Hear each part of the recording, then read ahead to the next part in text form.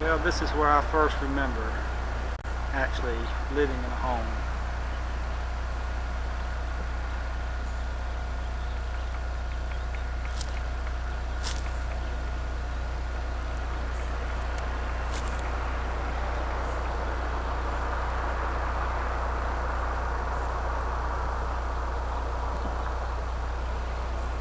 That's where the birds live. It's Clarabelle.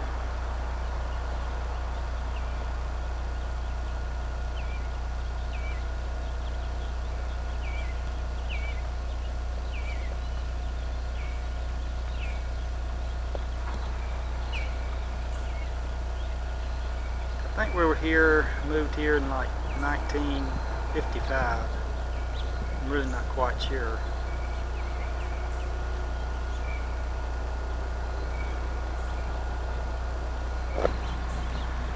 Well, I see the well has been stopped or plugged up, not running anymore. We had an artesian well right there on the side of the house.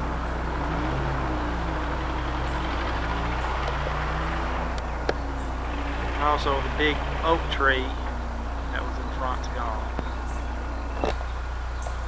There's the railroad tracks that I played on many a day. The area where all the blacks live, right beside us, all those houses are gone.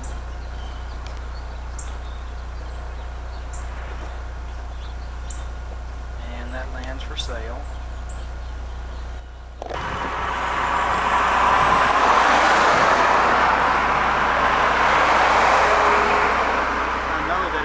Three of us attended school here.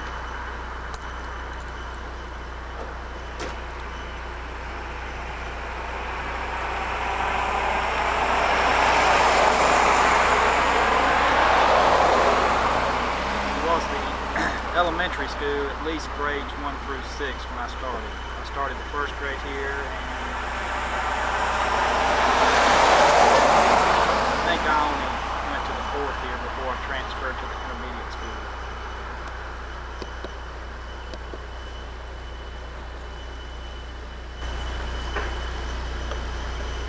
I'm not sure if Austin Dave attended here or not. We moved here right after Mom and Biggie were married, and I think we lived here until I was in about the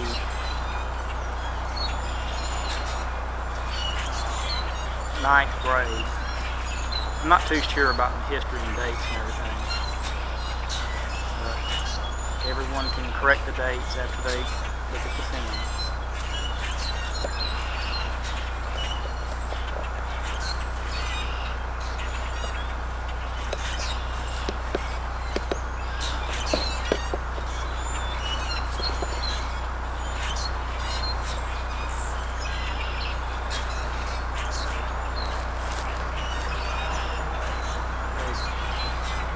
Had a lot, just an empty lot right here beside us, what used to be White's funeral home, where David and Austin worked.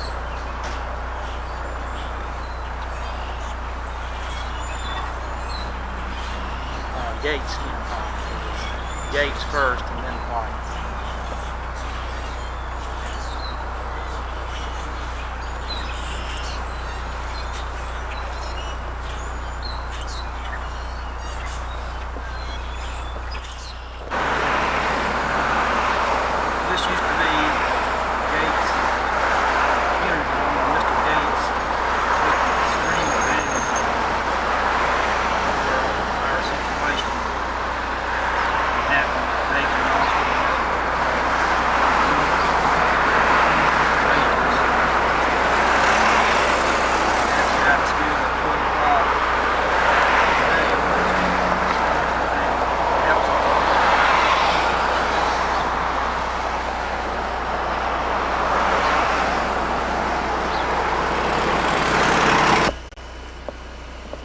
This used to be the high school where all 5 of us graduated.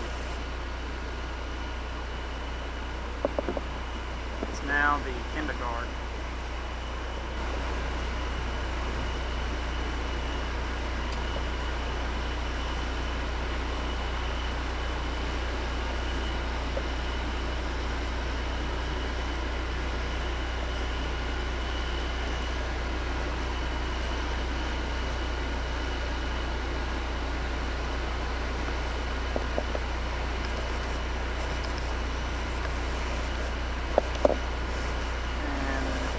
I think it still says Atala County High School.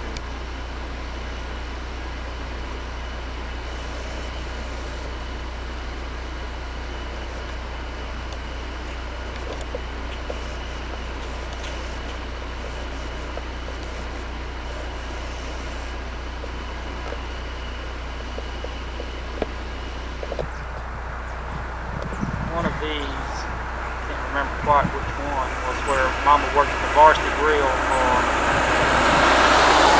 years.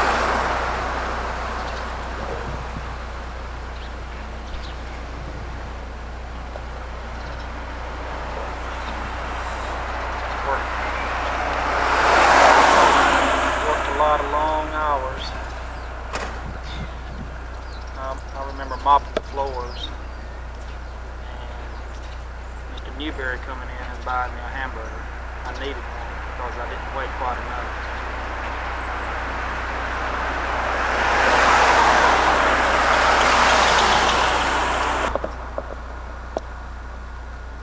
This was Fountain City Building Supply, where Biggie worked when he first met Mama.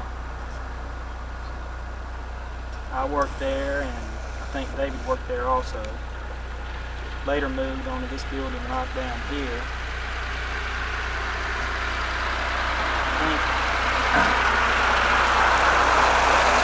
I think Mr. Graham was the owner when Biggie came to work for him. And I think Mr. Meadows had something to do with it also.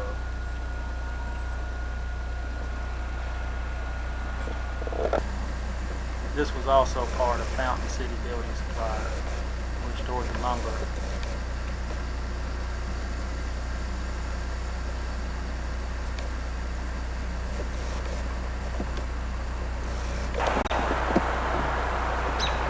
Well, this is the last house that I lived in. Lane and Allen. Mom and Biggie just sold it. Today, actually. Matter of fact, today's when they signed the papers on it, and they lived in it until June of 1995.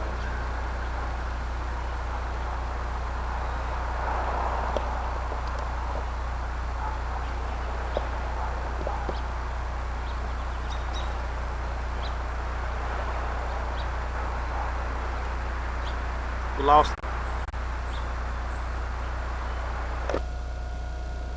And now here's where Mama finally got her dream house.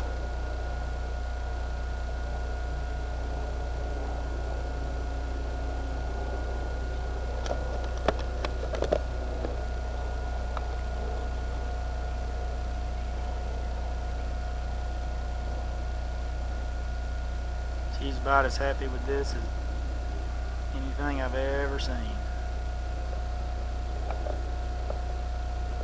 Well deserved.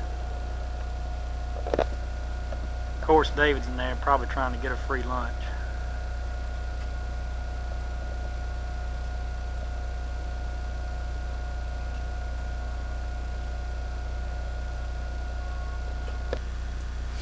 Okay. Because one time I let them burn up spade.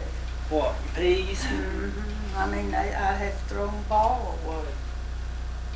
It stuck so fast. Still. Well, If you got it on? what, the can? Well, we're just gonna talk a little while first, and then we'll see about turning it on. Let's see. But yeah, I got it on.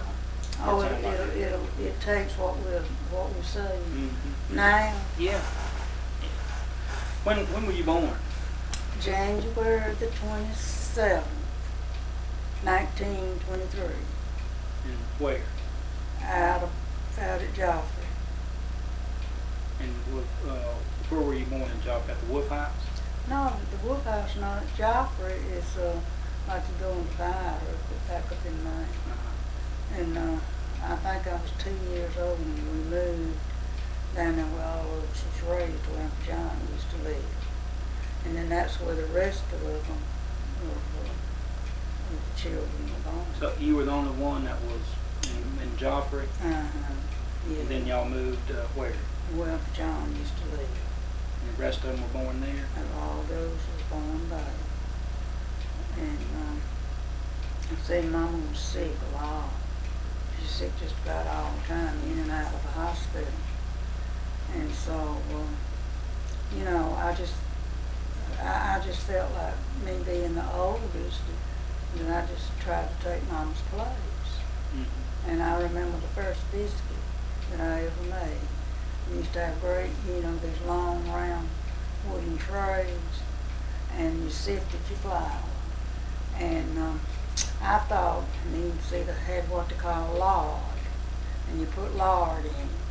And then if you had milk, it made a better biscuit, but if you didn't have milk, you had to use water. And I thought you're supposed to use the whole tray of flour. And when I got it all made up, I had a whole tray of dough. And them biscuits were so hard and tough that you couldn't even eat them. Sound like the ones Patty makes now. Really? But now, but see, I was little. And and I know a lot of times I'd have to feed Mama. And I know a lot of times I'd have to put her clothes on. And, you know, What was she sick? Well, I mean, why was she sick? You don't know what was the matter with her? Well, I guess it's because maybe, you know, she was a twin.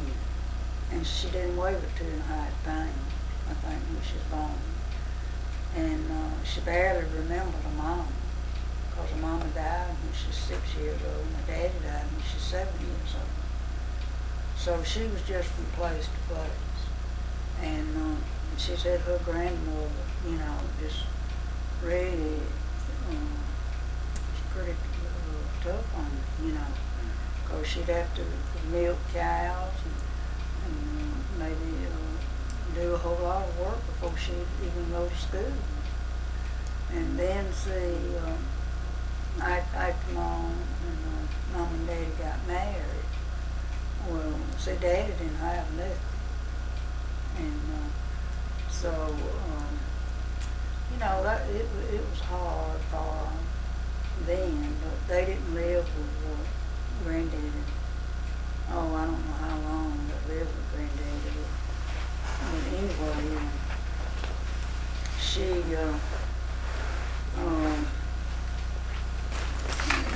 Mama was interested in nursing, and she was really taking care of the whole neighborhood as far as when anybody got sick, and that always, you know, in coma, he always called the doc, and when he had that typhoid fever, or malaria fever, whatever it was, when he got over it, he had to learn to walk. And he wouldn't take any no medicine from nobody but Mom. And then he'd, like I say, She was kind of the community nurse. Right, and doctor. And I'd go with a lot of times at night, you know, like with Teddy Bell, and Teddy Bell had babies, and Maggie May had babies. And Maggie May always said, you know, your Aunt Maggie May. Mm-hmm. That she always felt better when she seen Mama walking in the room. And see, she adopted the whole neighborhood, and I guess helped bring all the young ones in the world, you know, when she got her diploma through May, and she taken a nursing course through May, and see, back in her days, it wasn't like it is now, really, about going to school. Her grandmother didn't even want her to go to school anymore. She thought she ought to stay home and work, you know, and wait on her, I guess. But she was just from one place to another. And anyway, before Daddy died, her daddy had asked her uncle to take her and Uncle Paul, which Mama and Uncle Paul were twins. And then they had another brother named Earl. And he never did get married. He had some kind of a, I don't know what they call them now, epileptic. Epilepsy? Yeah, or something. And I can remember one time when we was living over there when John lived. See, that's where all of us was raised. And Where Uncle John lived? where John lived. And the house belonged to Sam Duramos. And he didn't charge Daddy no rent as long as we lived there. What, just for looking after the place? I don't know. He knew Daddy didn't have no money. But the old house wasn't no good, but at least we had, somewhere to sleep and eat and cook and all of that, And so anyway. Now, this was Uncle John's place and not the house on the hill? Not the house on the hill. Okay, all right. I just want to be sure. That's where we were all raised. And so, like I said, Mom was in and out of the hospital all the time. Well, when she first got sick, to where, she was really dying, her kidneys, and they had just turned blue. And Frances Duramos, that was Mr. Golden's daughter, and, she died not too long ago. And that lives out that way. They used to have them chickens, we were talking about, not too far from David. And Frances come up there one day to see. And so she said, you got to go to the doctor, Pauline. So she carried Mom to the doctor. And from then on, you might say it's one thing right after another, she had a complete nervous breakdown. Mom, do you? Yeah. How old were you? Well, I wasn't very old, really. No more than, like whenever we met, Biggin and Pete and myself went out to, where Nellie Mason lives in that trailer going to Biggin. Well, she let us use that to talk over about concerning the things, up at Mom and Dad's. And so Pete said, and I never knew. Pete told me, he said, well, Bill, I always thought that you was my mom. And I never knew that. But I know I had to take care of it. Yeah. And I was only 8 years old then. And so... Pete's the youngest, isn't he? Yeah, Pete's the youngest. And... so there's only 8 years difference between you, the oldest, and the youngest? Mm-hmm. See, Mama had, say 4 babies right at one time. See, maybe I was 4 and then maybe there's... Well, I'm about 1.5 years older than Buck. About 3 years older than Tootie. Maybe 4 years older than Biggin. 8 years older than Pete. So see, I was just a young one myself. And so anyway, and Daddy's health was bad too. He had toothache all the time. I've seen him walk the floor all night long. And like me and Bubba was talking one time. Back then, you didn't have 10 cents to go and buy or ask. You just had to suffer it out. But Daddy never had, his teeth were always bad. And so he taken blood pulse. Daddy did, from cutting bushes. He bruised his hand real bad. Almost lost it. And so naturally, he couldn't do anything. And Mama was sick. And so I had to miss a lot of school. And I finally had to just give up going to school because there was the other children. Somebody had to take care of it. And I can remember once when Bubba, I didn't want Bubba to miss school. And we had this great big old trunk. And Mama would put old clothes stuff in the trunk. So Bubba didn't have nothing to wear to school. So I go and I look in the trunk and I find a great big old pair of pants. Don't even know whose it was. And the whole knee was out. So I sewed them up. and Bubba wore them to school. And you can imagine what they look like. And anyway, it was constant, all the time, except for the rest of her life. And Was she bedridden? you see, a lot. And And where did Papa work at this time? well, when he worked at the WPA is what they call it. And that was cleaning out ditches and stuff like that. See, he didn't work all the time. It wasn't a job. But he worked as long as they'd let him work? Yeah, he would work, and I'd get up at 2 o'clock in the morning over at the old Wolf place. And he'd walk way up to Moses Crossroads to catch a truck. And you know how far that is. And you had to build a fire in the stove, and then build a fire in the fireplace. And it was hard, it was real hard. And a lot of times when you build a fire, you go out. You didn't have a good stove wood, maybe a few lighter splinters to get it started. And so anyway, like I say, it was just a constant thing with Mom. And I can remember once, Daddy always he tried to have sweet potatoes.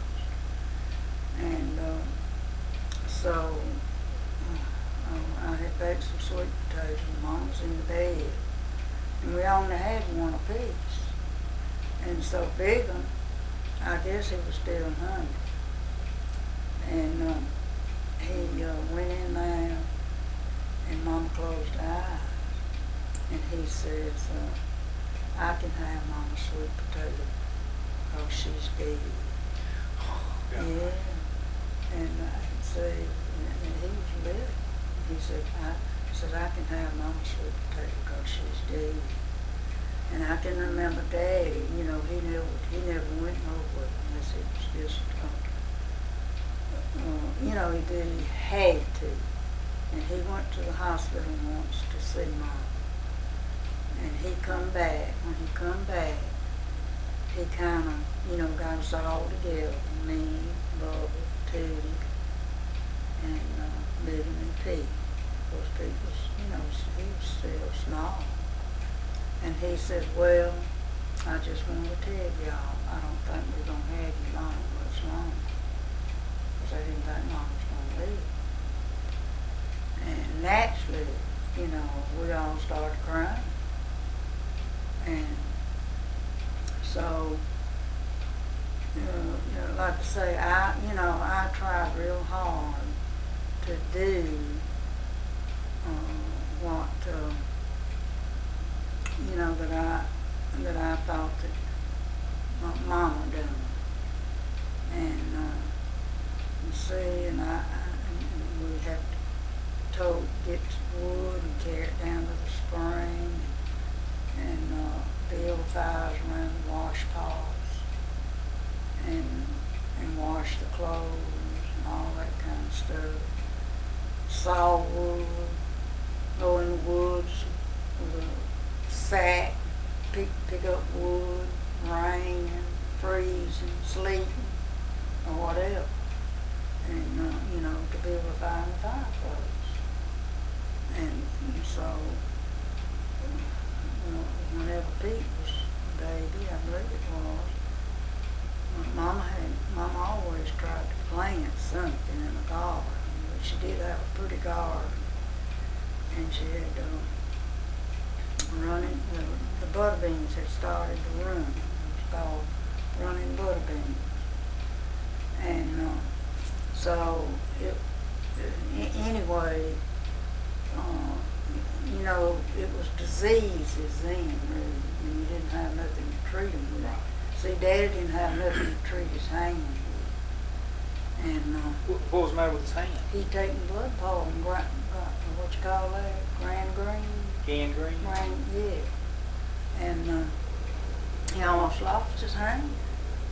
Oh, look, it was awful. Did he go to a doctor about it?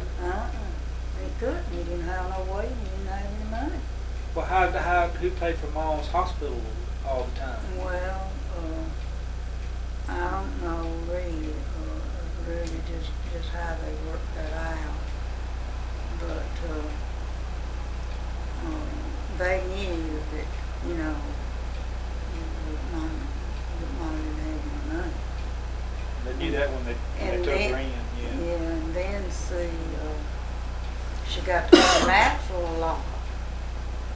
She went to Maxwell because of Bubba and Pete being in the military, didn't she? Yeah, well, most of both. Yeah. And so, anyway, she taken blood poison in her hands, too. And she got picked up some kind of disease already out in the gall. I don't know. But anyway, she had blood poison. And her hand was real bad, too. And then they had this thing at Booth where you could bring vegetables and can, and they would see them, and you had to bring them home and cook them. So, and they're way after dark a lot of times, and you'd have to walk down there, you'd have to walk back, and so we had a wash pot filled up with them, and you had to boil them so long in boiling water. This is the ones you got in Booth, you Mm-hmm. mean? You went to get them? Yeah. And one of the cans blew up in Mama's face. And, it like to have scared us all to death. I thought I thought it had put her eyes out. And she had just skin just hanging down, you know. And didn't have anything to treat it with. And so, anyway, I don't know who told Frances about it. But I think she brought her some kind of ointment for burn. And Mama kept that ointment on her face. You were talking about, though, that you planted some butter beans, and then you was talking about diseases. Did you mean that? Well, see, you had to use fertilizer out with cows and stuff like that, you know. Yeah. And so that's the only thing that I can think of that caused her, you know, that blood poison. But Daddy's was a different thing. Well, Mama worked in the garden. It could have been that. And then see. Was this while y'all was at the wood place, or up at home Still up where we were all raised. at Uncle John? Yeah, well, that house still belonged to Mr. Raines. Yeah. Garden. How long did y'all stay in that house? Well, we stayed there already, I'm sure, because I don't remember. I was probably about 3 years old, maybe. No, I couldn't have been no older than that. Maybe 2 or 3 years old. When you got there? Yeah. And then see, that's what Bubba was born on. And when did y'all move to the Wolf wood place? Well, I don't know for sure, but I was married. You were? I had got married. Yeah, and we stayed. Why did y'all move from Uncle John's to the wood place? Well, it was a family named Nick, and they burned charcoal, and he wanted to buy the house. Oh, I see. And so naturally, you know, Mr. Gordon, that was his name, he sold it to him, and that put us with nowhere to go but to the wood place. And it belonged to Granddad. And I don't know the whole story on it, but from what I can understand, it was kind of a bad situation. And You mean about having to move? yeah, and the wood place shutters. No windows. No windows, just wood shutters. What was it, 2 rooms? 2 rooms and a kitchen and a little porch in the back. And it had a porch all the way across, you know, but it wasn't very good. But, you know, you could store some things out there. And Aunt Cotty, you know, she stayed with Mama a lot. And then Mama got where she wasn't able to take care of her. And so, you know, that's where Austin was born. What place? Wood place. And so, then we moved. I think maybe we moved. What, you and Paul? We moved. It might have been up there at Moses Crossroads. Anyway, then we come back home and they started burning charcoal. What do you mean burning charcoal?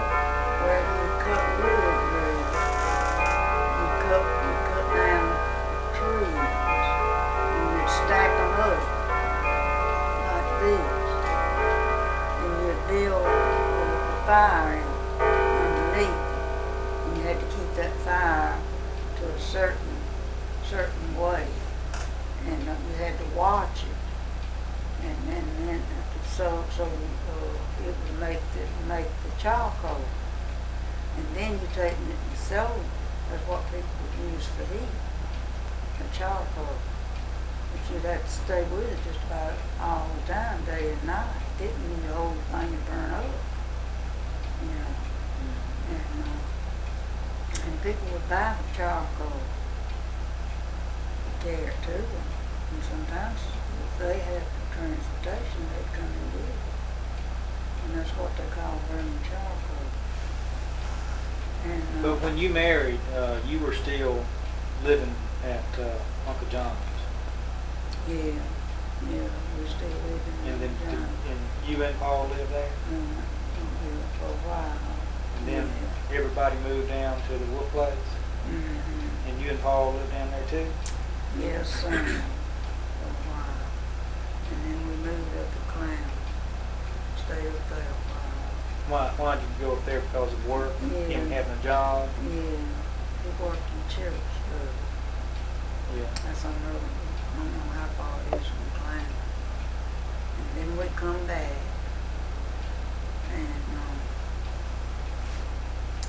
And first of all, he went to work with Sam Durant, driving a log truck. And you were what, 16 when you married? Or 14? Just 15. 15. 15. And so, you know, I worked down in that brick store for a long time. And then we was living up there with Granddad. You know, we had that great big old house and a hall and the back. And we was living on, you know, one side of it. And a lot of times, Sam had to carry me home. I wouldn't know where Paul was at. And he'd come in anytime he wanted to. And went where he wanted to go with whoever he wanted to go with. And I'd have to go out and try to find enough wood, you know, to have a fire and enough to cook whatever I had to cook. Some nights it'd be real late when I, you know, get home. This was at Granddaddy's? Mm-hmm. And that's where we were in Katie kept David while I worked. And, you know, she's the one that cooked. So when David was born there, or? David was born at Booth in that Marine Heights. But y'all wasn't living there? Yeah. Oh, you lived there? Mm-hmm. We lived there. When we first moved to Booth, we went on past the crossed over the railroad and went by that church, and it was kind of down in the woods like where somebody had built a house down there and nobody was living in it. So that's the house that we moved in. And then David was still a baby. And we moved up there with Granddaddy and Kate.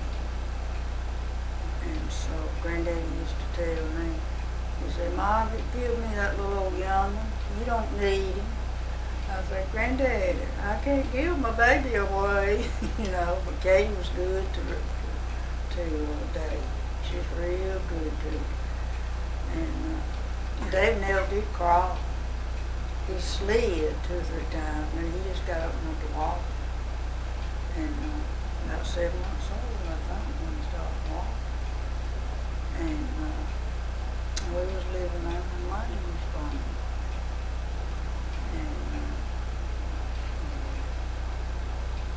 And I forgot how long we lived there. But a long while. Because Lane was a baby when Katie Kid was sick. And that was one that they didn't have that old army Jeep. They didn't have no doors on it. And Katie wanted to go see her mom and daddy. They had moved to somewhere in Montgomery. She's a lot younger than John, wasn't she? You mean Granddaddy? I mean, than Granddaddy, yeah. Katie was 21. Granddaddy was 72. But she said when she told him she was going to marry him, so she didn't have no intentions to marry. But then Granddaddy went out up there after, and she was going to run. And so her mom told her, says if you promised him you was going to marry him, said you're going to marry him. So they was always taught to do what they told me like they would do. But I got to go see about my kids. Okay. What were you saying about Katie, Mom, now? Oh, Katie was going to run. And she said her mom told her, said no. Said if you promised him you was going to marry him, you got to marry. So she, they went ahead and got married. And she was just kidding when she told him that she would marry him. And her mother made her. And so anyway, we lived down there, with them, like I said. And when David was just a baby, because we was living there with Lane was a baby. And but anyway, she was good to Granddad. She's real good to her. And she, take good care of her, cooked and washed and, done everything like that for him. And so, Lane had care of Lane, and she had to, I don't know what they call them, but anyway, you know what I'm talking about. That place on the chest and on the head and everything. Those birthmarks? Yeah. Well, they said it was ruptured blood vessel. And so anyway, Devin had an old Jeep, and that was about the only thing did nobody in the community have a car, you might say. But anyway, we was fixing to go and carry Lane to Dr. Reed's. He's the one that did those. Had to use that hot ice, at burn injury. And so that evening, late that afternoon, I rode Katie's hay for her because she was going to ride with me and David to Montgomery to see her mom and dad. And so, she seemed all right. And so the next morning, I went in there and I asked her how she's feeling. And she, told me, give me the gun. She asked you that? Yeah, she said give me the gun. And, I didn't know why. And so I said, well, Katie, I said, let me go fix you some breakfast. And you eat you some breakfast and maybe you'll feel better. She said, no, so just hand me the gun. So just give me the gun. She's still in the bed. So Granddaddy said he woke up about 3 o'clock and it was a window, right over there on the other side of the fireplace, and there was a closet there. And he said when he woke up and the light was shining in through the window, said they didn't have curtains and stuff back in houses like we do now. And she had got the gun out of the closet and said she was just bumping it up and down on the floor. And he said, Kate, that's what he called her. Said, Kate, what are you doing? Said, put that thing back in the closet and come on and get in the bed. And so she did. And then when I went in there, to tell her or ask her if she's still going with us to see her mom and dad, and she was just hysterical. And she just begging me to give her the gun. And so Granddaddy told me what had happened, that night. And see, it was raining. It started to rain. And we knew that she couldn't, ride in the back of the old Jeep. And because we barely had enough room for me and Vivian in the front, and it didn't even have no doors on it. And so Granddaddy told us, said, well, maybe you ought to wait and go another time and not have to ride over there in the rain. And so I said, Katie, I'm going to fix you some breakfast now. And I said, you eat and we'll see how you're feeling, and maybe it won't be raining when we have to go. So I went and fixed us some breakfast, and I went on back in there and was getting dressed myself. And so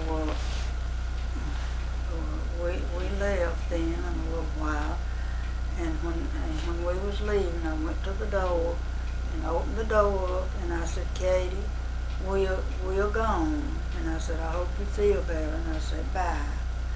And so that's when Maggie and them was living up on the hill. And so we had just got there, and we heard Granddaddy just holler. I mean, he was just hollering just as loud as he could. And so Biggin jumped out of that Jeep. He said something bad's gonna happen. You didn't hear a gunshot?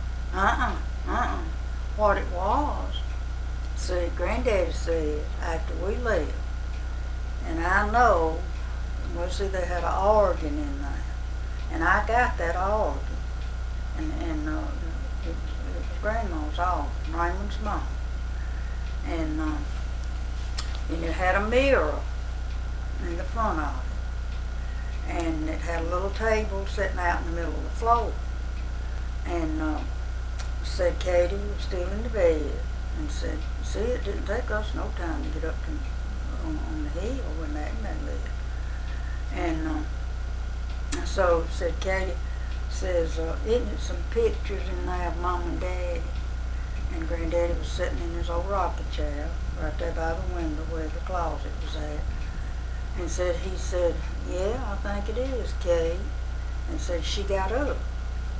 And that's where Granddaddy kept his straight razor. See, a long time ago, people had these straight razors. You know what I'm talking about. And so she went in there. And Granddaddy thought she was going in there to look for some pictures of her mom and dad. And then he heard a loud noise. And he thought that she had turned the table over. So when he got in there, he got up and went in there, and there she was on the floor with blood just gushing out of her throat. And so she sliced her throat? Yeah, she did. And they couldn't find the razor anywhere. See, they got the sheriff out there. And when Biggin met Granddaddy got part of the way, a little dirt road, and Biggin met him. Biggin run as hard as he could go, and said Granddaddy had blood all over his hands and had a handkerchief and it was full of blood. Well, a lot of people began to think maybe that Granddaddy had done it, and so anyway, whenever they investigated it, they said that she stood in front of that mirror and taken that razor and cut her throat from ear to ear, and said she was dead before she hit the floor because she had cut that name, in your throat. And they looked and they looked and they looked. So they finally found the razor where it had dropped. She had a gown on, and it had dropped down in her gown. And they said that when she cut her throat, and well, that's when, her hand dropped and the razor went down into her gown. And you talk about some blood. I imagine so. I couldn't go back down there. I just could not go back down there. And so anyway, we went on and carried Lane on to the doctor because it wasn't a thing I could do. You think she killed herself because, she had to marry him? Yeah, and she had left him one time. So how long did they live together? Oh, about at least over 10 years. Oh, is that right? So she was in her 30s when she killed herself? Right. And did they have any children? no. And he and then I don't know, Granddaddy. Oh, he was pitiful, really.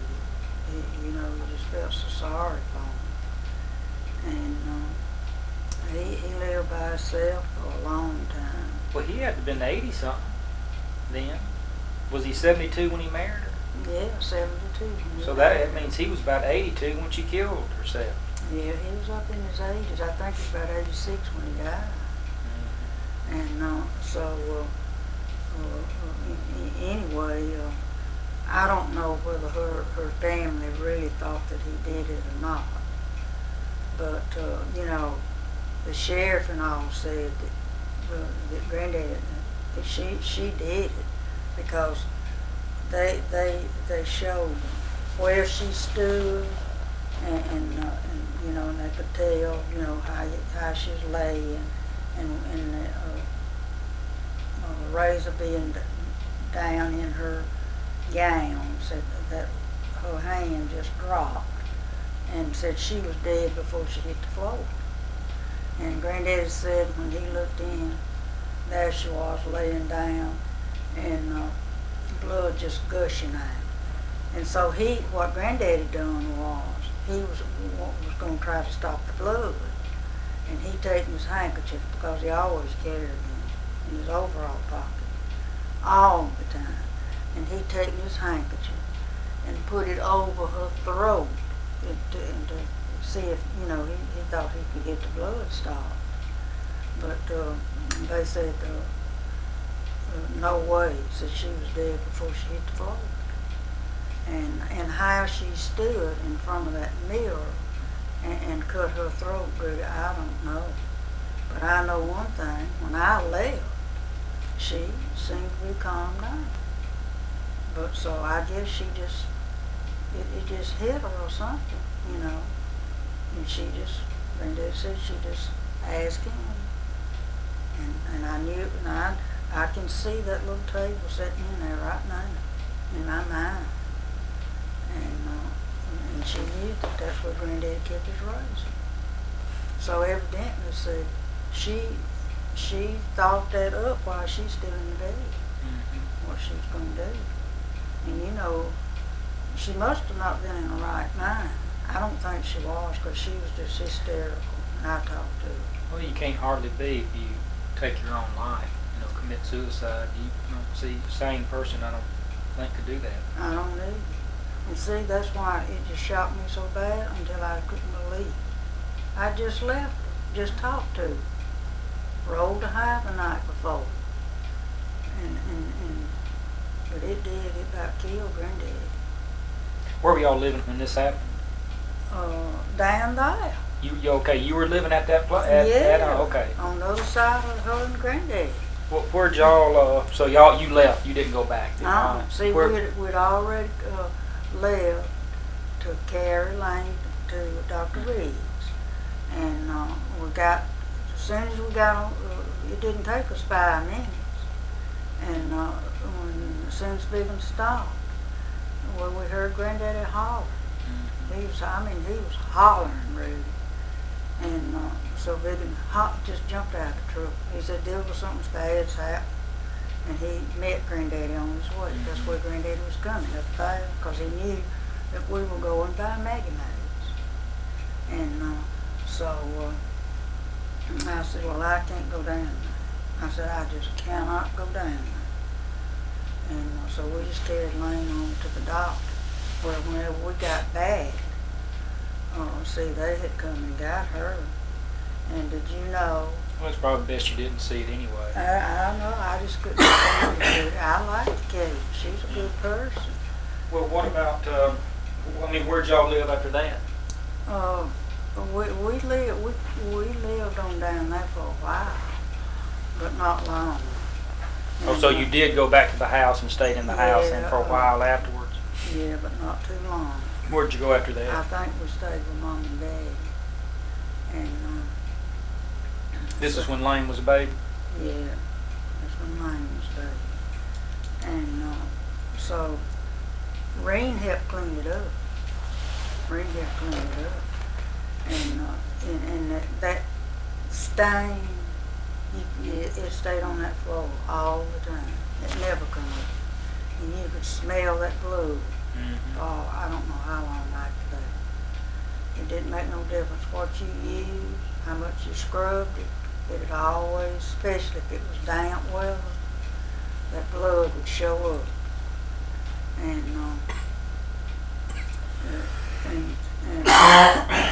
so we stayed with Mom and Daddy for a while.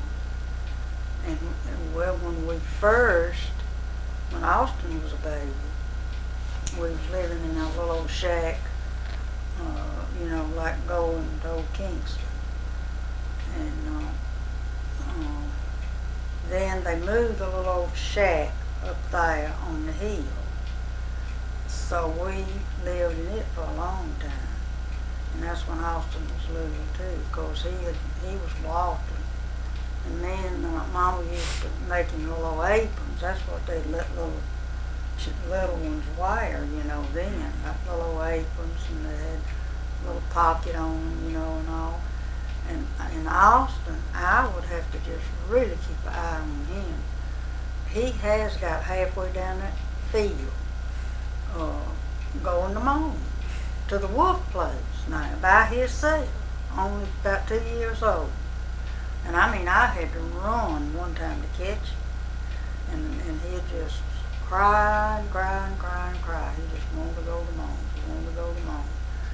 Well, yeah, he would have stayed with Mom, And Mama wanted him to. I bet. Yes, Mama wanted him to. And so I guess one reason that Austin, he was just real attached to Mom. And Mama was to him too, because, see, we stayed with him a lot when he was little.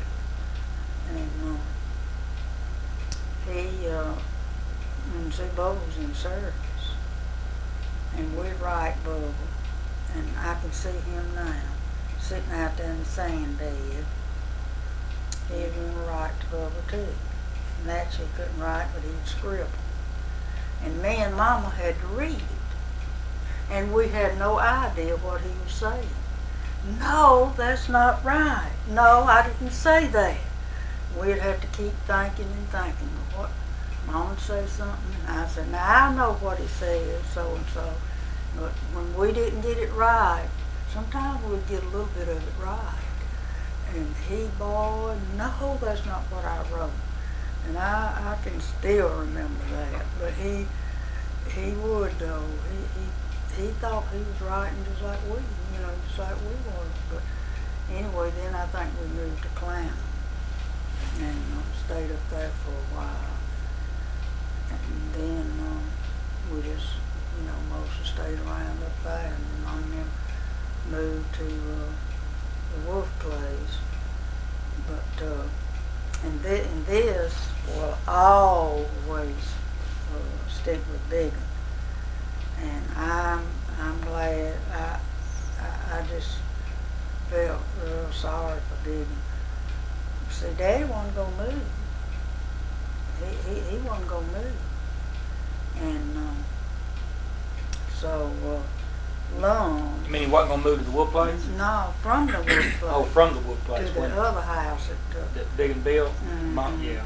And Bubba, well, Bubba feels like that that was one thing, one reason, the main reason that him and Jackie broke up is because he put, so much money in that house. And she had to do without so much. And so anyway, Daddy just wasn't going to move. And so long, that's Linnell's dad went over there. And I mean, Papa got rough with her. And Biggin will always feel like that he forced Daddy out of that house. Well, why you think he didn't want to move into a much nicer house? I don't know, but that's just the way he was. And so it still hurts Biggin right today. I imagine it does. Because he feels like, and Mama was scared to stay there. And so she asked me if I'd let Daddy spend the night with her. She was scared to stay at the Wolf place? No, into New High. Oh. Because Daddy was so mad. Oh, he was mad. Oh, okay. And because he had no intentions of moving in that house. And so Biggin just feels like he forced Daddy to move. Of course, Long was just doing what they asked him to do.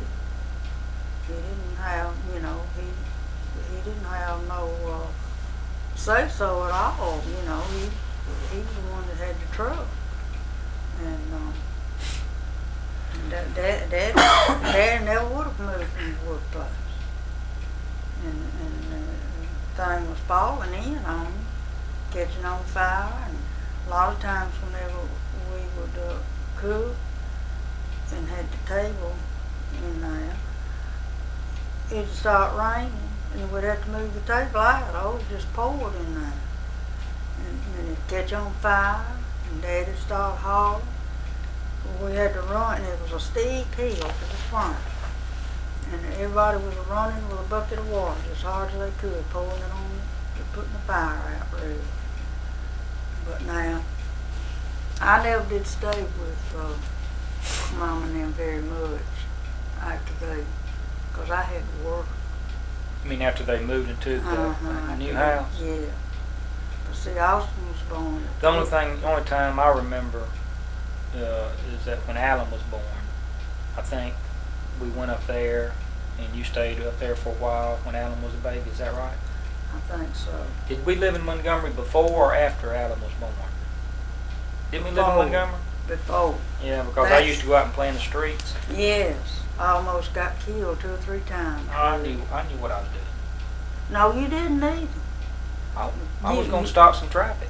Oh, well, you stopped it all right now, and that man that lived right on the other side of us, he was a diabetic, and he didn't do nothing much, but it was a porch on front of our house, Pleasant Avenue, where we lived.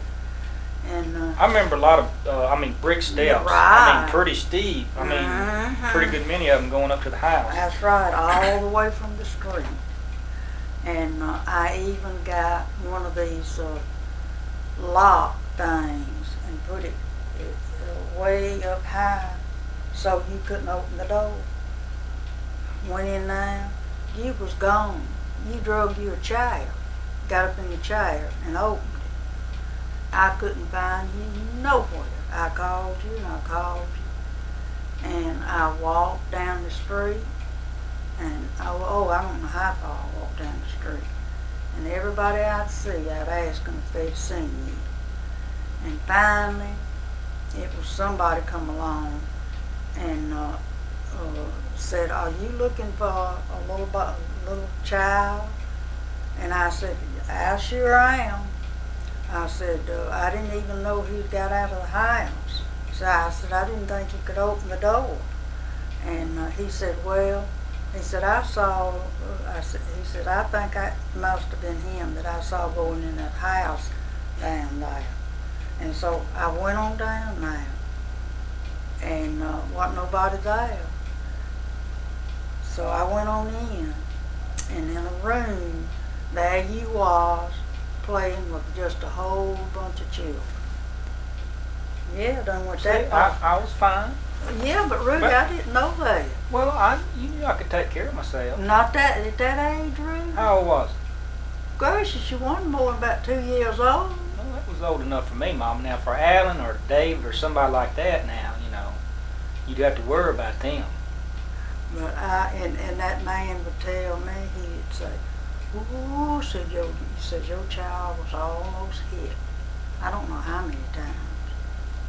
And I could hear the brakes squeak, just squeaking, And so I said, I'm not staying here. Well, that's the only thing I remember about Montgomery was I remember those big steps, and I remember going up and down them and going out in the street. Right, you did too, Rudy. I said, I'm not staying here. And is that when we moved back? Yeah. To Prattville? Mm-hmm. And where, to the house on Washington or where? No, we went back up on the hill. Yeah, we went back on the hill. That's where we went back up on the hill. And then I... See, I really don't remember living up there other than that's one where Christmas morning I got a red tractor or something, and I remember that. That's about all I remember about up on the hill. Now, I got some memories of driving up the hill and down it and riding a horse or something. Yeah. Up and down the road. Well, that's all I remember there. See, that's where we was living when you had polio. See, and if it hadn't been for Big, I don't know what I'd have done with Big, Big wasn't there.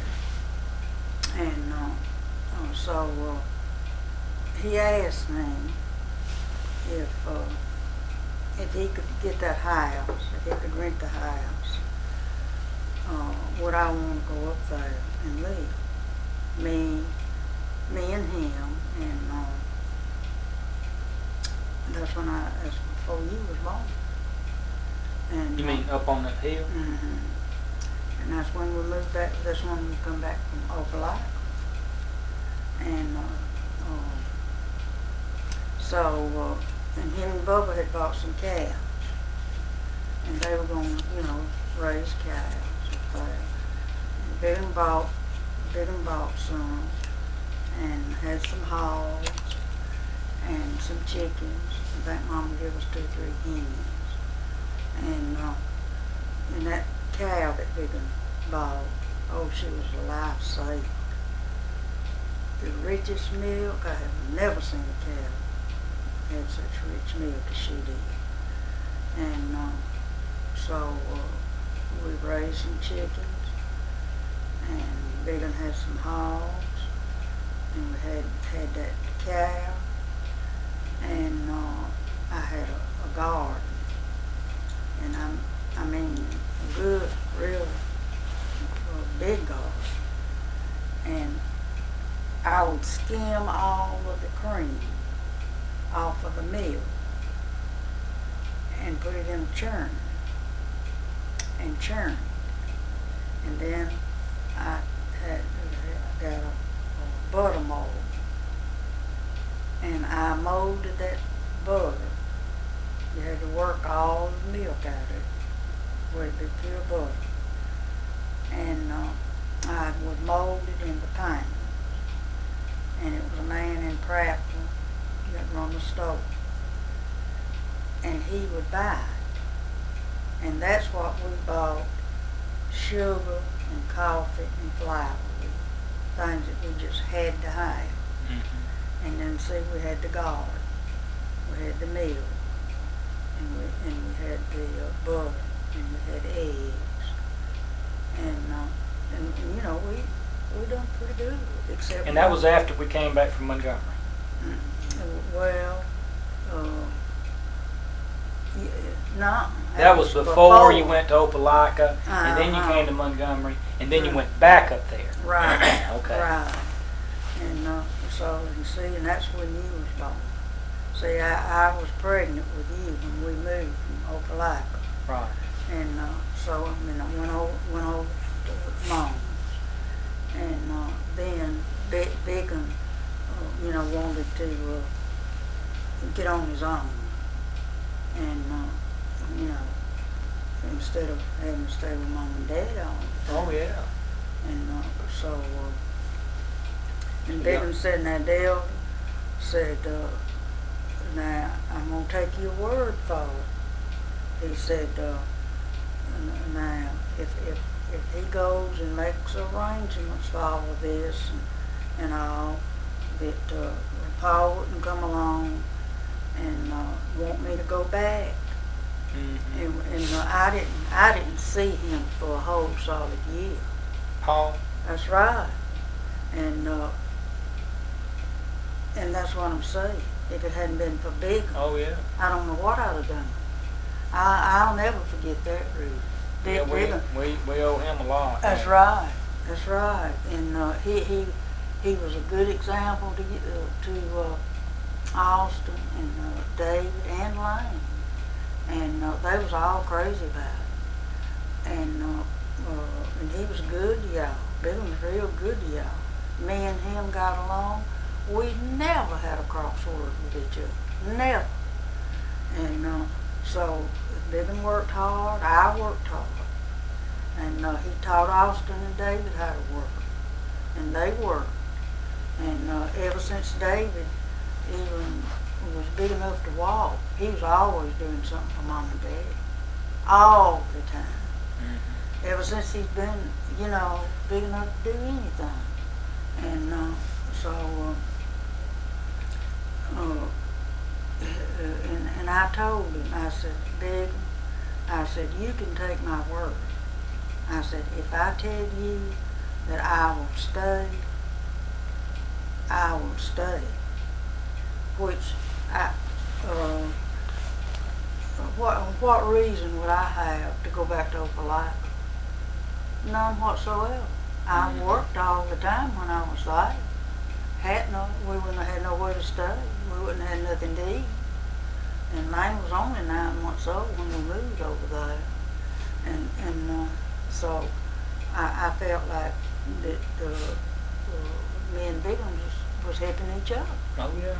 You know, and it was and somebody that they could look up to. You know, of course, Daddy he was good to them, but it was different. It was a difference there, and I'd rather been, you know, on my own too. You might say, rude, but now I had to go back and stay with Mama after you was born for a while. But then Biggin decided, you know, that Want to go off on his own? yeah, and so he asked me if I'd want to do that, and he says, now, but I don't want you now to change your mind. If Paul comes back and wants you to go back to Opelika, and I said, well, I'll keep my word, Biggin. I said, don't worry about that. I said, I won't go back.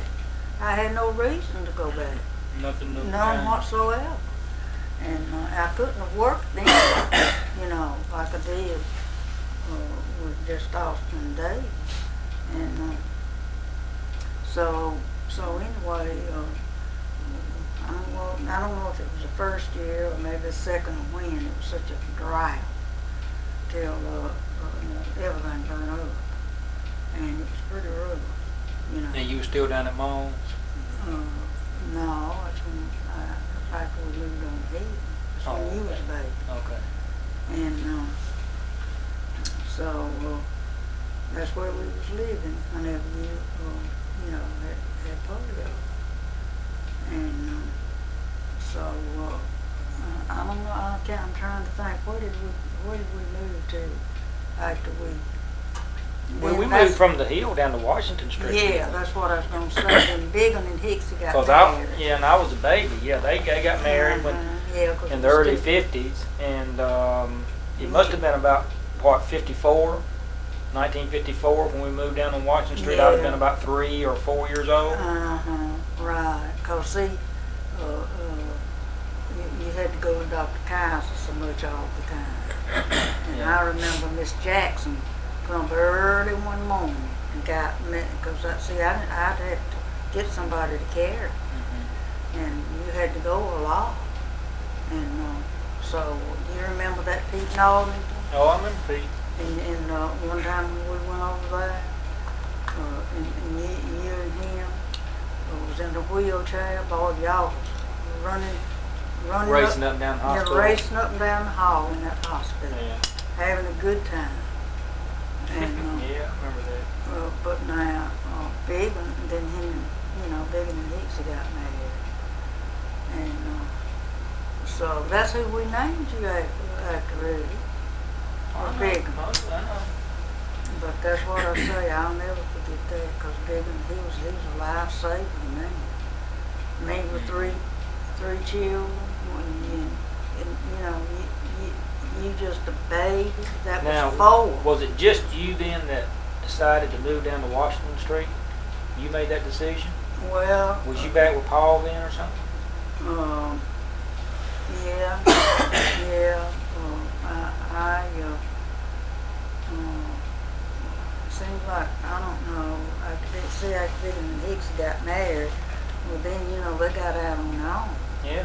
Got them a house. Well, I stayed up on the hill for a while, and then we moved down to Washington, and that's when Allen was born. Right. But he was born over professional center, and so I had to go to work too. After Allen was, I don't know. That's when I first went to work at the party. It wasn't more.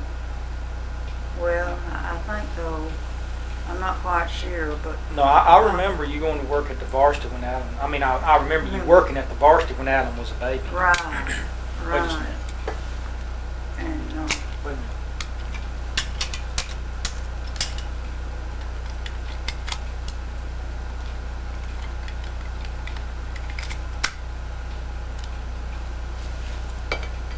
Yeah, I remember you working down at the varsity, when Alan was a baby, and Lane having to, take take care of us and everything. Right, right. And really, I never had to whip any of y'all.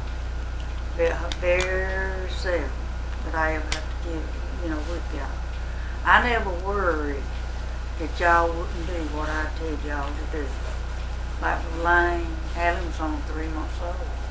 I tell Lane what to do, because now all of Well, I didn't need whipping. Lane, Allen, and David and them did, but Austin, but I don't ever remember doing anything that I should have gotten a whipping about. I don't think, I very seldom had to whip y'all, any of it.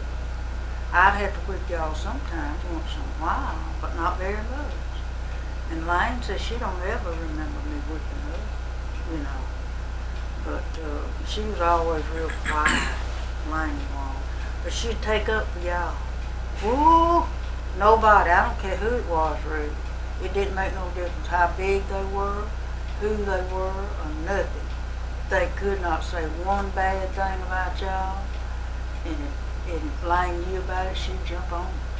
She would. I'm not kidding you. Nobody said nothing to her brothers, and nobody did anything to her brothers that she wouldn't take up. She wouldn't have it. She wasn't afraid either. And but she looked after y'all, 10 years old. You show me a 10-year-old girl now that can do something like that. Oh yeah. And I never worried about y'all not doing. I tell y'all what to do and when to do it. I remember one time though, Austin was going to whip me for something, and I had a butcher knife in my hand, And so he grabbed me, and I had a butcher knife in my hand, and he started whipping, and I put the butcher knife, just, to protect my butt back there. And, and I think he cut his hand on it or something before he took the knife away from me. Probably did. Now, I was going to say, him and David both may have whipped y'all some. Because, they did have to kind of, while I was working, they did kind of, have to. Well, I could pretty much handle David. I didn't worry about that. But Austin was a little bit too big at that time. Yeah, probably so. But y'all were real close to each other. All the time, y'all were real close to each other. And if one had anything, the other one, knew that they would get part of it. Y'all just kind of, y'all got along just real good together. Y'all didn't fight all that much, really. I don't ever remember fighting too much. You did? Y'all did? And like I say, we all just worked together. And I thought lots and lots of time.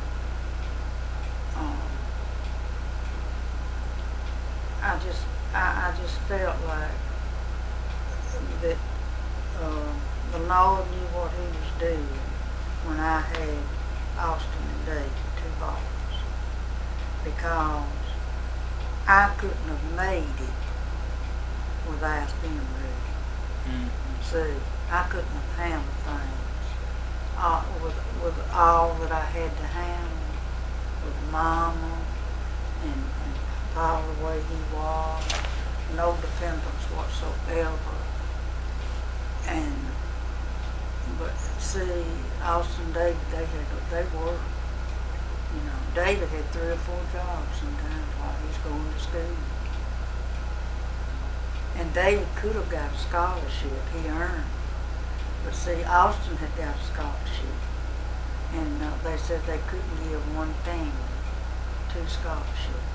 But David earned it. Yeah. And that hurt David. That really hurt. And I tell you, Rudy, out of all the children, I know you work, and I know all of you have worked. You know Austin worked, I know David worked. But really, when it comes down to it, David had it the hardest. Oh, I didn't have it hard at all. I didn't have to work. I mean, I got to. I got to play sports all the way through. I know he didn't get to do it. And I didn't have it, hard at all. I didn't think I had it hard at all. Well. But with the exception of Alan, everybody turned out pretty good. Really, I tell you what, though, I think about Tilly a lot. And I still think about Tilly a lot. I said, really, and I counted my blessings because I don't know what would have happened to me, really, if I hadn't had your children. I really don't. I don't know what would have happened to me. And because, my children was my life. And I just felt like I just had the feeling and I had the faith that we was going to make it. And I said in the beginning, I said, nobody is going to get my children. I said that in the beginning, and I meant it. I said, I said, I can scrub floors. I can do anything when it comes to work, hard work. But I said, nobody is getting my children. But some people say, Ma, but you can't keep all your children raised. I said, yes, I can. I said, nobody's getting my children. Did they have social services back then? I mean, it wasn't as bad back then about people having children taken away from them. But in a lot of cases now, it could have very easily happened because of what Paul said. Oh yeah. But far as I know, I didn't have any, all all that stuff against me, you know. And I never, and I told all of you, if y'all want to go to sea, and that I would not refuse. Oh, I remember going down to the street corner and waiting on him to come by, me and Alan. And well, that's what I said. And then I remember me and Alan getting in the car and him going and buying before we even got a mile, he'd buy one of those little old Coca-Colas. He'd pour half of it out and then pour his bourbon and stuff and the rest of it, Mm-hmm. you know, and on we'd go to Montgomery. Mm-hmm. And Well, see, it tear me up whenever I knew he had y'all children in the car. Because I never knew what to expect. I never knew.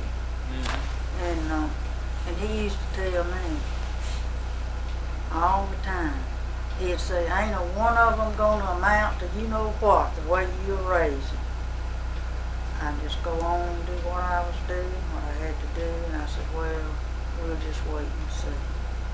And then I'd say it to myself. I said, Lord, please don't let none of them walk in these footsteps. You know? And I just go on.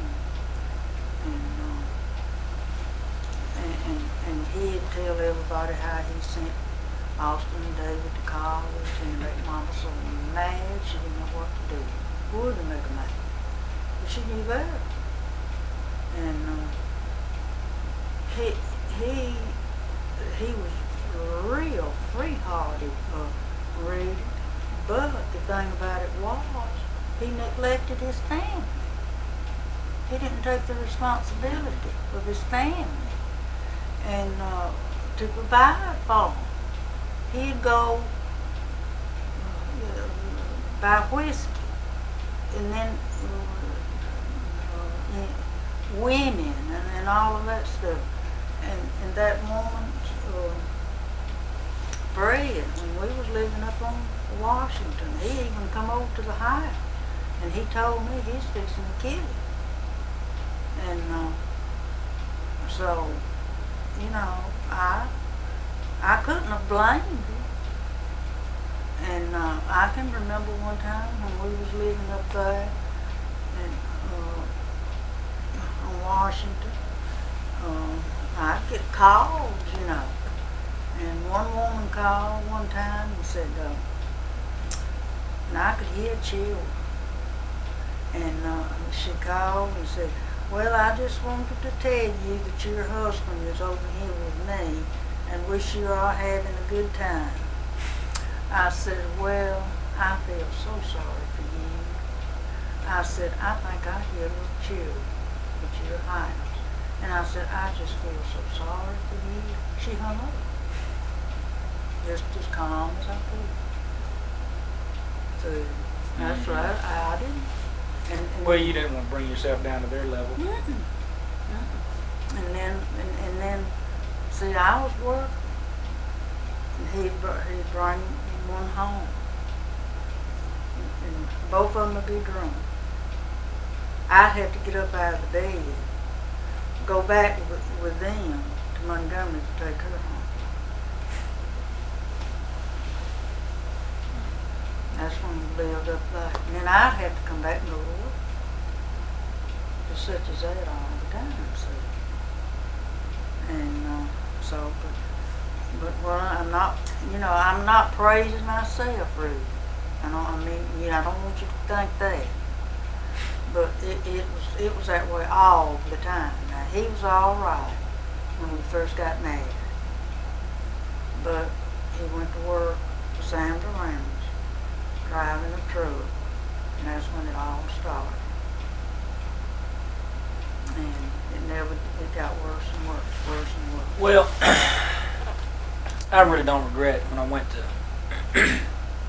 see him in the hospital, but you know, looking at him when he was over in the hospital, I didn't have any feelings, nothing. You couldn't, could you? No. Matter of fact, it just made me have more animosity toward him. And you know, I could have cared less about going to his funeral. Really, I mean, Well, you why didn't know him, why should I really. go to his funeral? I mean, I didn't You didn't know even him know or didn't Alan care. never that Didn't care to know him. Thing is, Alan. didn't care to know him. Well, that's right. Well, when Brenda and David was dating, Brenda tell me, said, well, I thought David's daddy was dead. Said he never mentioned his daddy was always his mom. Mm-hmm. And Brenda We may as well have been dead. Right. Probably been easier if he was dead. Yeah, than dead. yeah, I'm sure it would have. I'm sure it would have. And Austin almost had a nervous breakdown. He did, really. Yeah. He did. I sat in there when Austin come home from college on weekends. I sit up in there with him till 2 o'clock in the morning talking to him. He did. He almost had a nervous breakdown. He wanted to quit school. He wanted to quit school and come home because he knew I was having it so hard. I said, no, Austin. I said, I want you to go to school. I said, I want you to get you an education. I said, we'll make it. I said, don't worry about it. I said, we'll make it. And I said, once you get you an education, you can have a better life. And that's what I wanted for all of y'all. I set goals, and my one goal, I want ask the Lord to let me live, if it was His will, to see all of my children grown and see what each one would be. And so I reached that goal. And then I wanted all of you to get a good education so that y'all would be able to enjoy some things in life that I had to see y'all do with life and never get to do anything. And that was what I wanted. And so I feel like I reached that goal. But, and have patience. You have to have the patience. And you have to, it's almost like, you know, you have to really keep it in mind and just work toward that. You can't say, well, I'm just not going to try anymore. I'm just going to give up, you know, things like that. You can't do that. And so that's why I say a lot of times, none of you ever give me any trouble. None whatsoever. And where can you find families? As Howard still says, and he used to say it all the time, that you don't find families like that. All of them turn out good, and all of them get a good education. And you don't, really. You don't. And Alan's always, you know, telling me, well, Mama, we had a good mom. You know, oh, well, it's all because of you, Mom. You know, you and then Austin and David. And Mama too. You know, Mama was good to, you know, she was good for y'all children too. And of course, I wanted to do all I could do for Mom. And which my conscience is clear really. I feel like that I've done all that I could for her. And so. Oh well, there's no doubt about that, Mom. You did. And so, all in all, really, you know, I really have been blessed. You know, I really have been blessed. I live to see all my children grown. I live to see my grandchildren, and I enjoyed my grandchildren, and also great-grandchildren. And you're able to... And all of my in-laws. And you're able to now enjoy some things that you never got to enjoy. Yeah, that's true too, Rudy. That's true. But, you know, you really had to endure a lot.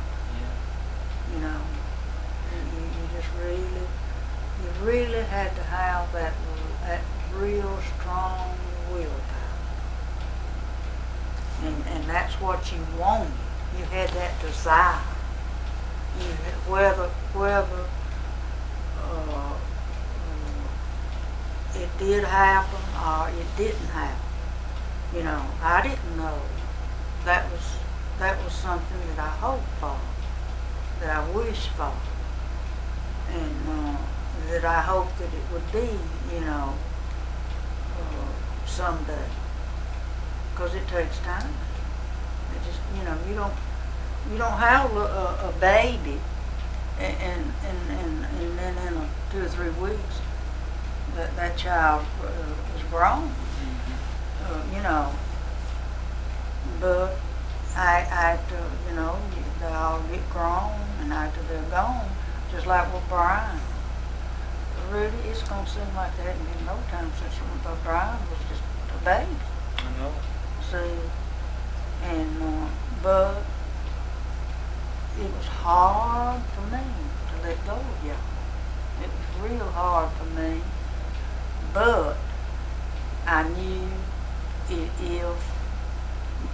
I knew y'all had to be on your own one day, and I wanted y'all to be able to handle responsibility and you know, learn responsibility as you're growing up. It's easier for you because you'll know something about how to handle things. If you've had responsibilities when you grow up. And, you know, Brian has always been a responsible person. He's always been one that adjusts. You know, Brian can adjust to things. And he's always had a good personality. And he's got along with people. And to me, what else can you ask of a child, really? Really, you can't. Yeah, you know, I hadn't had much. You know, I hadn't had too much fun with Brian. I know. He's just had he's had a real easy life. But he knows what work is. Yeah, and he knows he's had it easy too. See? Oh yeah. He knows he's had it easy. Oh yeah, he knows it because he knows what he'll have to do with himself if he wants to continue that kind of lifestyle too. Mm-hmm. Right. See, you didn't just hand everything to Brian on a silver platter, really. He's never been spoiled. Brian's not. He never has been a spoiled child. And you know, he might just say, well, something kind of like, well, my dad is a doctor or something like that. You know, carrying on or something. But he knows that you work. He knows it wasn't given to you. And he knows that when he gets grown, that he'll have to work.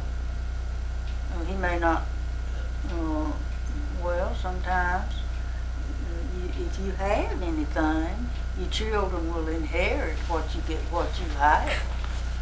But, I mean, I'm going to try and spend everything I got. Oh. What I want to leave it to him for? Well, he probably won't need it. Well, I think I ought to get it. You work for it, didn't you? That's right. What I want to leave it here for somebody else. For somebody that's never even known where it come That's from, right. or how you suffered That's to right. get it. Well, you getting a little tired? Yeah. Yeah, why don't we stop for a while, okay? Okay. But I mean, you know, it.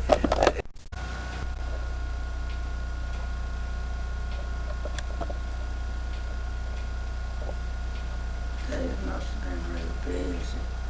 Who's that? David, because he didn't get back, come down. Okay, Tim, how'd, you know, when y'all was small, I mean, when you were small or when you were a child, how'd y'all get money for things? To buy things? I mean, how'd you get your food? How'd you have money to buy things with? Well, see, whenever we were little, my mama take me and wash, and she would wash all of Aunt May's clothes, sometimes 17 pairs of overalls. And so How'd she wash 'em? she washed them on a rub board and a big black iron pot, built a fire around it, boiled them, scrubbed them with her hands. I've done that so I couldn't ever count the times that I've done that. And the only thing she got was a quart of sour sorghum syrup. For And, doing 17 pairs of overalls? besides the rest of the clothes. I mean, that would be, people used to wear overalls all the time back then, Rudy. And so she, you know, done the washing. And she always tried to have a little garden when she was able. And so then Daddy, when Daddy was able, he always, you know, would have sweet potatoes because that was his favorite. Mm-hmm. You could give him a bag of sweet potatoes for his Christmas or for his birthday, and he'd be happy. And so, but we always dreaded picking up those sweet potatoes. And I mean, Daddy'd go over that field till he thought he had got the last one. And then my mama would, so Granddaddy always had plenty to eat. And always had cows, and always had hogs, goats, you name it. And so Mama would help out. And Grandma, you know, would give us some milk. Well, when Pete was a baby, he was about to starve to death. And so Coma, that's Sandy's dad. Mm-hmm. He died when he was 32 with a heart attack. Comer did? Yeah, Sandy was only 10 years old. And so then Coma would give Magnet and Coma would give Mama some milk for Pete. And so then Daddy, you know, Daddy never did have good health. And of course Mama was sick too all the time. And Daddy was, and I told you about his hand. He had that blood poison. I told you about Mom having the blood poison in her hand. Well, see, me being the oldest, I felt like that, which was in my mind, I wanted to take Mama's place. But I was just a small child. And so Mama just, you know, she, like I say, she was sick all the time, in and out of the hospital. And the first time I ever made biscuit, I think I told you about that. And I had to stand up on the stove. And I thought you're supposed to use all the flour. But you didn't. Nobody could eat my biscuit. Mama didn't fuss at me though. And she just told me, says, next time, just measure. We didn't all ever have any milk, but anyway, to make me water. And back then they didn't have self-rising. You had to put your own salt and soda or baking powder or whatever in them, you know. And then you take them and roll them out in your hand. And Where'd you get the flour? well, that's what I was going to say. Daddy, when he could, they had a job that they called the PWA. That was for people that, well, what they did was cleaning ditches and that type of work. What does PWA stand for? Do you remember? I don't remember what it stands for, but it was for people that wanted to work. And this was after the war or whatever? I think so. And Well, it may not have been then, though. I Never don't mind. remember. No. I don't remember because of the world. What year was World War 41 to 45 or something like that. So that was before then, wasn't it? II? That was before then. But see, I I was born in 23. And I can remember how I used to, where you could plant turnips and collards and stuff like that in the winter. And Granddaddy always had a garden year round. And Bubba would help Granddad in the field. And he was just a small child himself.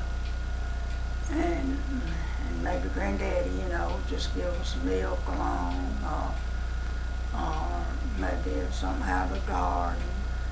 And I can remember whenever, sometimes nobody in the neighborhood would have a broom to even sweep the floors.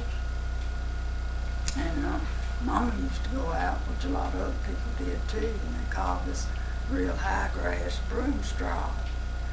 And Mama, and you went out and take your hand and to cut it loose, pull it loose. And then you'd bring it home and you'd get all that leaves or straws or whatever it was on them up to a certain length. And then you tied them up and that made your broom. So she made brooms Oh yeah. for folks? Uh-huh.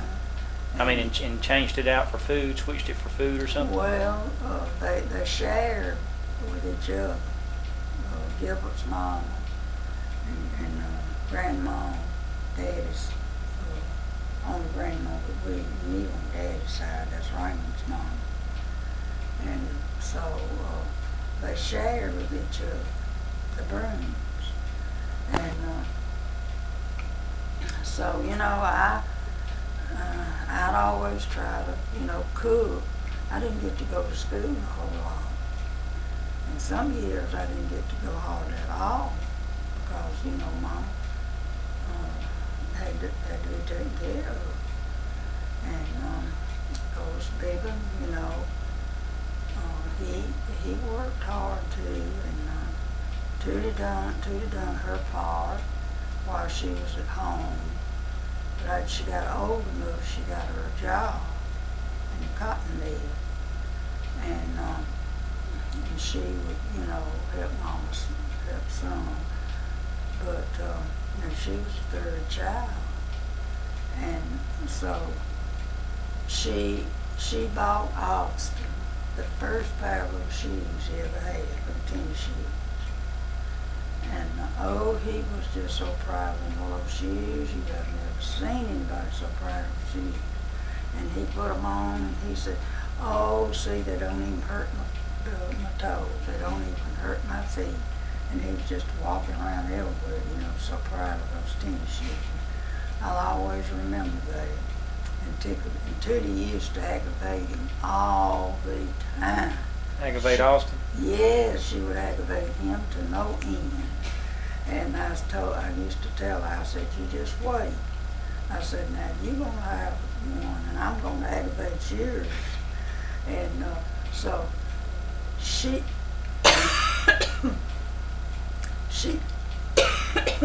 told Austin,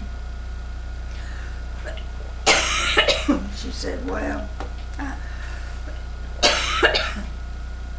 she said, yeah, I guess you know that you was my child. And said, your mama cried and begged me so hard to give you to her. So I just give you to her. And she had Austin believing that. He believed it. Did he? Yes, he did. For a long time. And of course, Mama, he was just real attached to Mama. And Mama was him too. And I didn't realize that it was so hard on Mama when we moved. See, Austin was born there at the old Wolf place, And so, like I say, over a period of years of my childhood, about the only thing I done was work, really. I never went nowhere, and I never got to do anything. And and when I did go to school, I studied, real hard. And I'd sit up at night, and sometimes I didn't even have kerosene, to go in the lamps. And but you'd build your fire in the fireplace, and I'd lay down in front of the fireplace on the floor, and get my lessons. And this, when I was in the 4th grade, this little girl, her name, I'll never forget, her name was Patty Northington.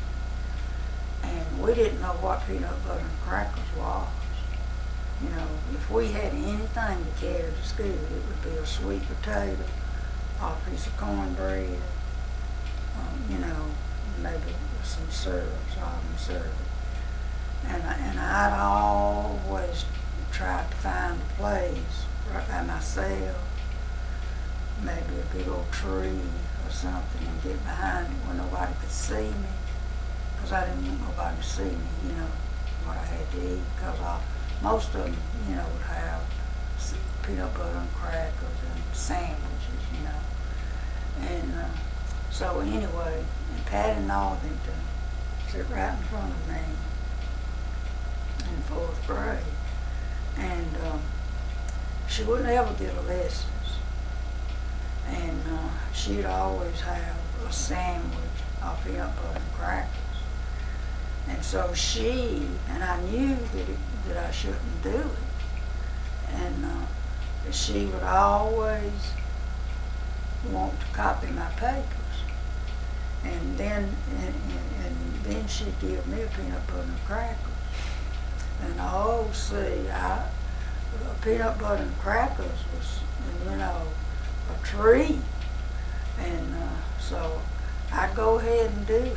But I tell her, I said, now, don't you ever tell Miss Atchison now, because she'll really get on to me, because I knew I wasn't supposed to do that, but I guess I was hungry. And so, anyway,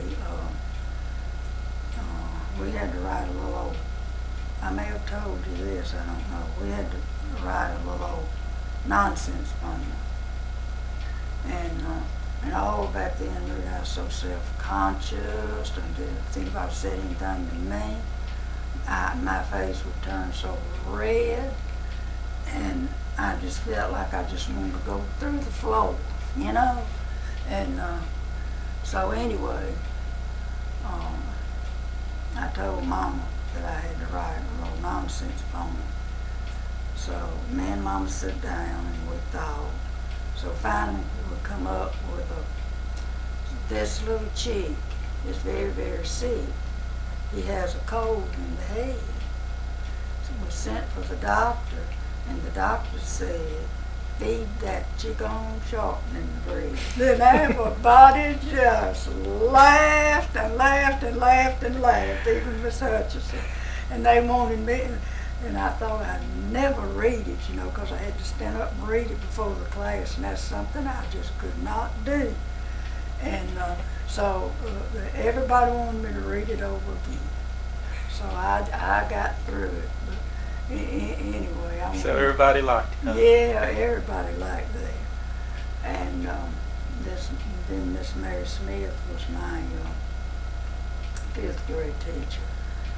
And, like on Thanksgiving or days, something, kind of holidays, like they want you to draw pictures, especially on those days. And Daddy always had turkeys. He always had turkeys and chickens and guineas and geese, and just, all kind of things, because that's all he done when he was growing up. And so I got where I could draw pretty good. And so I drew this turkey with a lot of little baby turkeys and colored it. And I guess that's where you get yours from. Mine had to be right. I couldn't run out of the line. Did I wouldn't have it. And so she hung mine up on the wall. And I was so proud of that, Rudy. I thought, oh no, And But you know, like I say, while I was in school, I tried to learn everything I possibly could. You know, I take an interest in it. And, but now, a lot of things I've learned since I had to quit school. How old were you when you had to quit school, Mom? Well, I think I was about in the 6th grade, and that's as far Did as you go, though, continuously the 1st through the 6th grade, or did you have a year or two in between? And I made 2 grades in 1 year. oh, That's why that I made it to the 6th. And then I had to quit. I had to give up school. And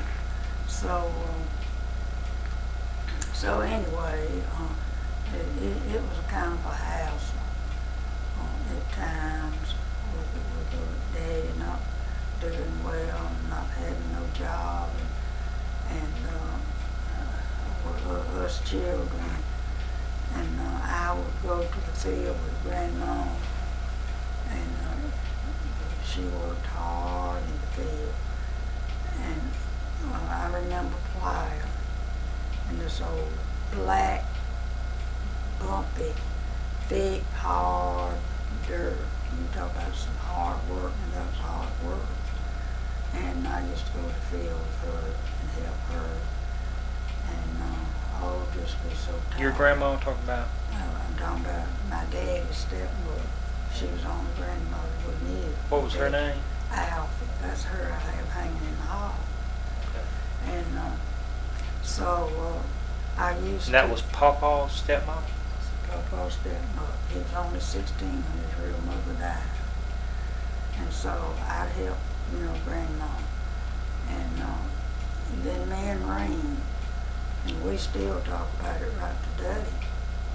Now, Sammy's dad, Coleman, he worked you to death. He would make, me and Reen would get up at 3 o'clock in the morning, and he always had wild meat and the horses. And we didn't have a flashlight. We had to feel our way. And we'd have to go in that barn, shuck corn, and carry it in there where those wild mules was at, and put it in their troughs. See, they used to keep them in stables, and I have a thing built to call troughs to feed them in. And we'd been in the fields a lot of morning and watch the sun come up. Is that right? Yes, and then we would, the roads would be so long. And one of us would have a bucket of velvet beans. One of us would have a bucket of corn. You had to go walking those roads, drop down a grain of corn, drop down a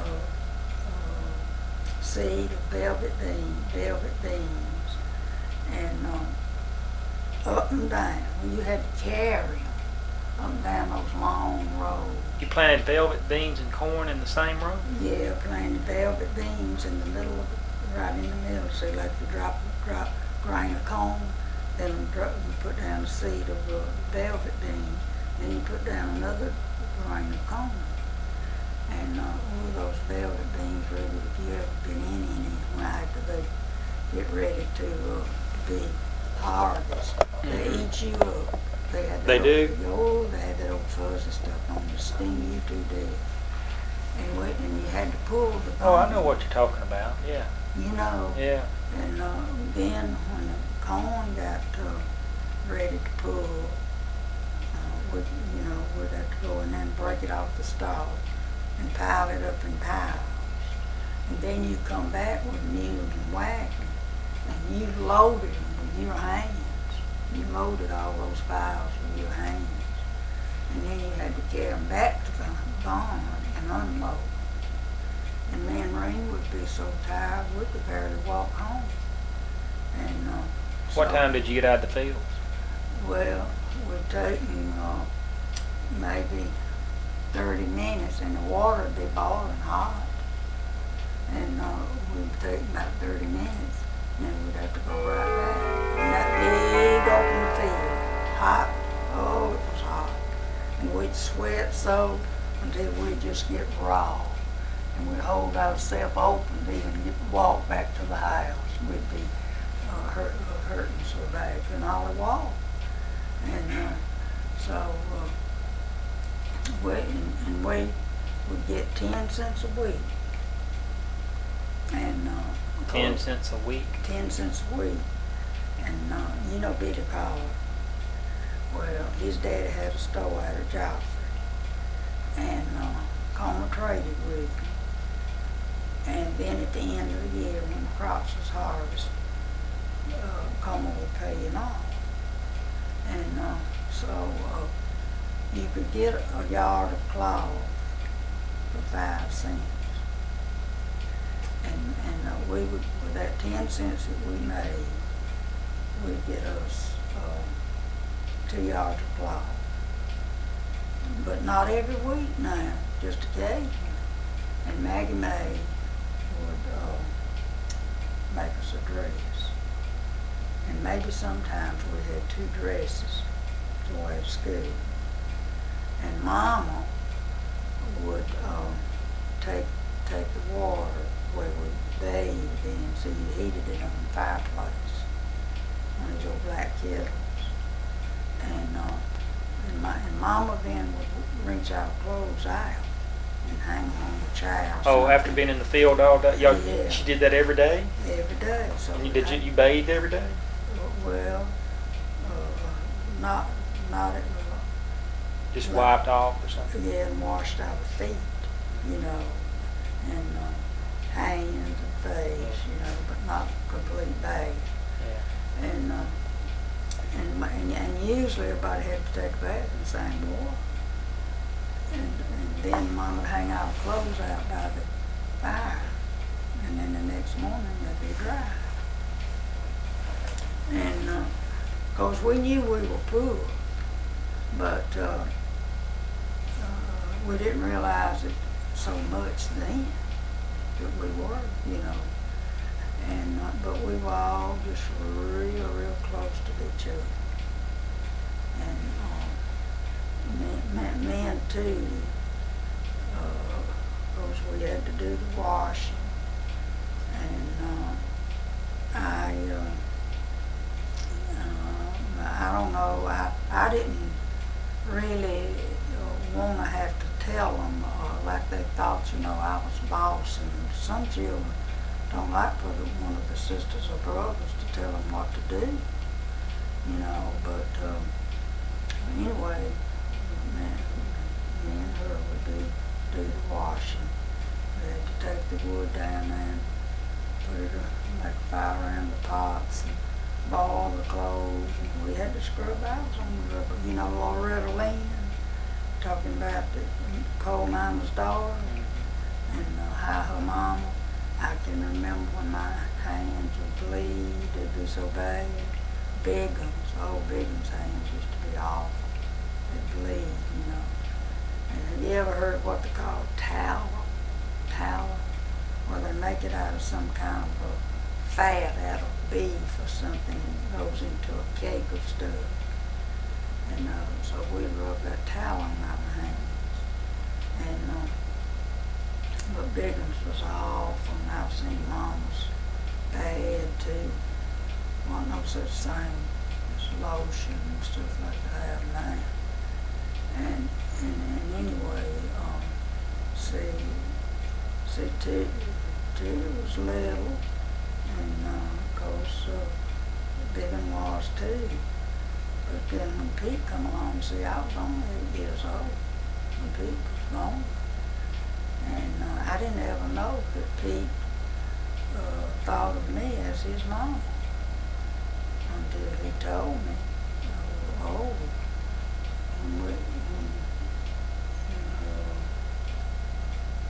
We met out there in that trailer where Hicks's sister lived, and Biggum had that blood clot that year. You remember? I remember that, yeah. And so that's when Pete told me. And he said, Bill always thought of you as my mom instead of my sister, because of taking care of her. But, you know, it was hard, Rudy, but I feel like sometimes that I learned responsibility, and I learned how to manage things. I mean, it helped me too. And I didn't think as it being a hard life. I felt like it was something that I was supposed to do, and I went on and done it, you know. And so a lot of things I know I didn't do exactly like Mama did. I know there's a lot of things I didn't do that, you know, maybe should have been done different. But in my mind, that's what I was thinking, that I was taking Mama's place. And Mama, when you were getting 10 cents a week to work in the fields like that, who did that, Coleman? You say? I mean, was that what everybody else got, or? I don't know. So you don't know if they were paying you what other people made or not, then, do you? No. But well, how else did y'all get money? I mean, actual money to have to buy things with. Well, that's about the only way that we ever had any money, really. Was for you working in the fields? Yeah, and Bubba helping Granddaddy. And Granddaddy would, you know, like I say, I always had plenty to eat. And Granddaddy, you know, they'd give us a meal. Well, you probably didn't even get $1 a week with everybody then, did you? Probably did. And Daddy dipped snow. And oh my goodness alive, if he was out of snow, the whole neighborhood knew it. You know, like he was just addicted to it. And I've seen him walk the floor all night long with a toothache. And you didn't even have a dime to buy one of these little boxes of aspirin, what they call it. And and Bigham used to have an earache real bad. And I can remember him sitting up in a chair all night long. And Mama would take a piece of clean cloth. Now that was one thing, we were clean. Mom taught us to be clean. If we washed a rag and it wasn't clean, we went back and washed that rag over.